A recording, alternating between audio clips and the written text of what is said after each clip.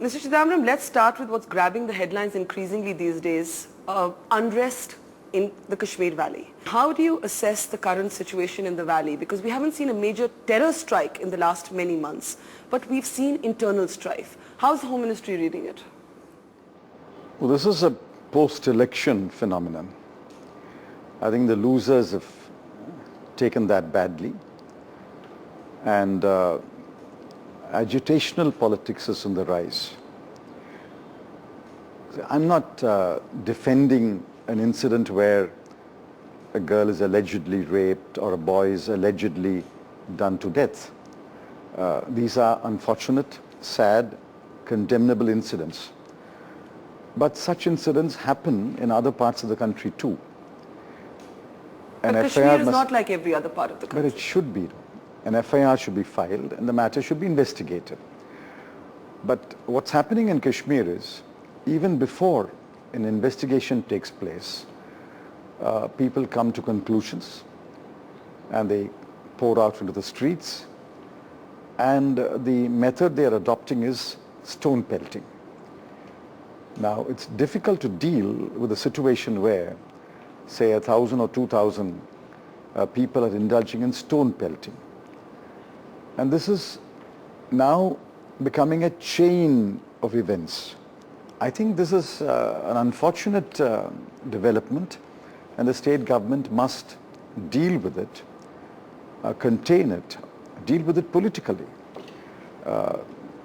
Use the ministers, use the political parties to reach out to the people and say, this is keeping Kashmir on the boil. And if Kashmir remains on the boil all the time, Shopian, for example, this is over a month now, they are on Band. It's going to affect Jammu and Kashmir. Now, you say it's the state government's responsibility, but for example, what happened in Baramulla was an incident of the CRPF firing on civilians, and the CRPF was then pulled out the very next day. Do you believe that that was the correct response to the violence in Baramulla? See, please understand one thing. When the CRPF is deployed, it is deployed under the command and control of a state police officer.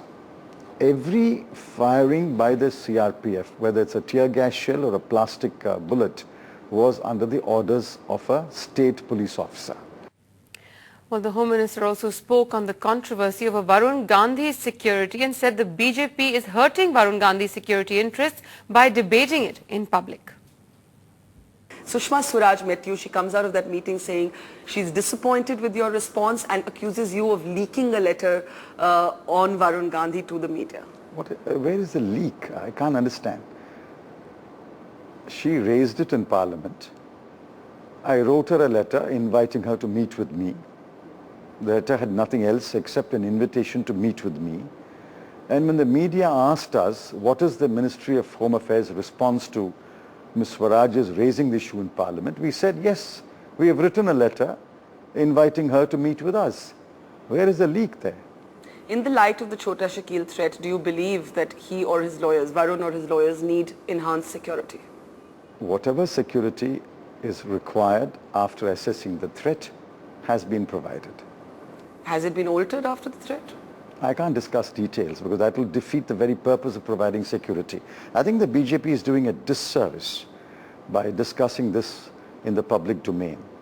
I don't want to join that cacophony of voices, because I think these are matters which should be discussed privately, and if any changes have to be made, must be agreed. So you're saying the BJP is hurting Varun Gandhi's interests? Well, that's for them to decide.